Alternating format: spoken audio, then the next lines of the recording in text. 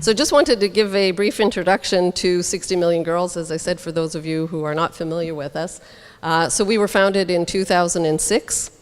Since then, we've invested $2.8 million in girls' education projects, 24 different projects in 17 countries, directly supporting over 25,000 children with these investments. We are a completely volunteer-run organization, and we keep our administration costs at less than 1%. It's actually at almost less than 0.5%, I think, now. So we are known to be very cheap, and that's why we keep asking people to support us in so many different ways. We have a rather unique position. We are, of course, a funder, so we do fundraise, but we've also learned an awful lot through the work with our partners in the field. Over the years, we do field visits. I go to the field myself about every second year at my own expense, sometimes with other members of the foundation. And I like to go, obviously, to see our projects, but also at the same time to look and visit other partners or potential partners and see what's going on there, just to do some benchmarking, to be able to compare how we're doing. Obviously, as funders, what's most interesting to us, of course, is to be able to have the greatest impact possible for the money that we are raising.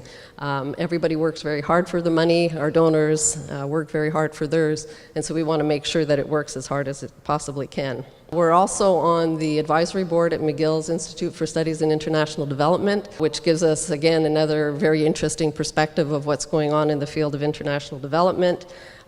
We have our research and development team that we set up in 2012, around 6 years ago. And the mandate of this team of ours is strictly to scour the world and find the best practices in girls' education. So we'll talk a little bit more about the R&D team afterwards.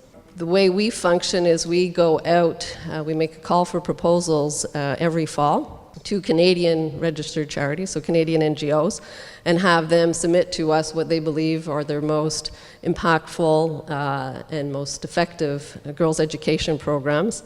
And then we, as a committee, make a decision on which projects we're going to support. And we support projects in $100,000 increments, usually $100,000 for 1 year, but sometimes we go up to $300,000 over a 2-year period. We also follow many different initiatives around the world. We follow UIS, so UNESCO Institute for Statistics. It's actually located here in Montreal very closely, to see what's going on in the world. And things have evolved a lot, even from the beginning in 2006 to where we are today. I guess one of the biggest things that we've noticed over the years, of course, with the previous Millennium Development Goals, the emphasis was very much on access to school, so really getting children into school. Around 2012, things seemed to taper off in terms of investments in education around the world. And what started to really come out very clearly was the fact that, yes, we were getting more children into school, but the kids that were there were simply not learning at the level that they should be. So that was one of the reasons why we started the research and development team at that time, because we saw that, yes, we were investing in really great programs with our partners, and we were getting, a lot of it was focused towards access, but what the real problem seemed to be was, once the kids are in school, are they learning at the level that they should be? And we really believe that there's great work being done around the world, and we were right. And that was one of the reasons for setting up the R&D team, really to scour the world and try to find those gems of projects and ideas that were being done in other countries that we weren't aware of, because we were really limiting ourselves to what a rather small number of Canadian partners were doing in the field. And of course, one of the statistics that was very, very sad to see in terms of girls' education, some of the statistics from UIS, was that if the world continued to fund girls' education at the rate that we were doing up to that point, it would take another 100 years before all girls had access even to junior high school. So we figured 100 years is a little bit too long to wait, so maybe there's a better solution somewhere. And we've had the chance in many of our past projects to see our funding do more than actually just fund that particular project. We did a really interesting project with WUSC on 2 different occasions in the refugee camps in Kenya and in Malawi. It was remedial classes for girls to enable them to complete elementary school and get into high school. And as we know, with girls, being able to provide them with that transition and getting them to continue into high school is extremely important. So it was a fairly new project for WUSC, and we funded it the first time for $100,000, and then 2 years later again. The project had so much success that it attracted funding from the UK government, and they funded the project for 5 years for $20 million.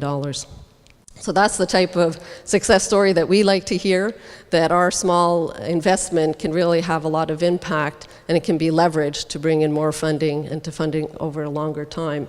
We've had other cases with other partners where our funding showed that a new concept or a pilot project was so interesting that sometimes then the government would take over the funding themselves.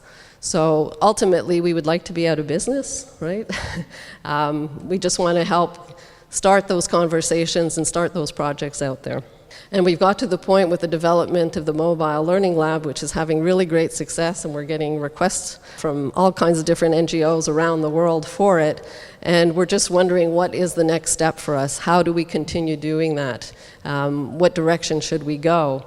And we really wanted to have this opportunity to bring in the field representatives, so all the different partners in the field, but also people who are developing content and on the tech side as well, to really see what is the best way forward, to see how it can be integrated in any number of projects. Obviously, we're very committed to education and girls' education in particular, but we know that we've seen that this is being used in a whole bunch of other areas as well in terms of health and agriculture and so on.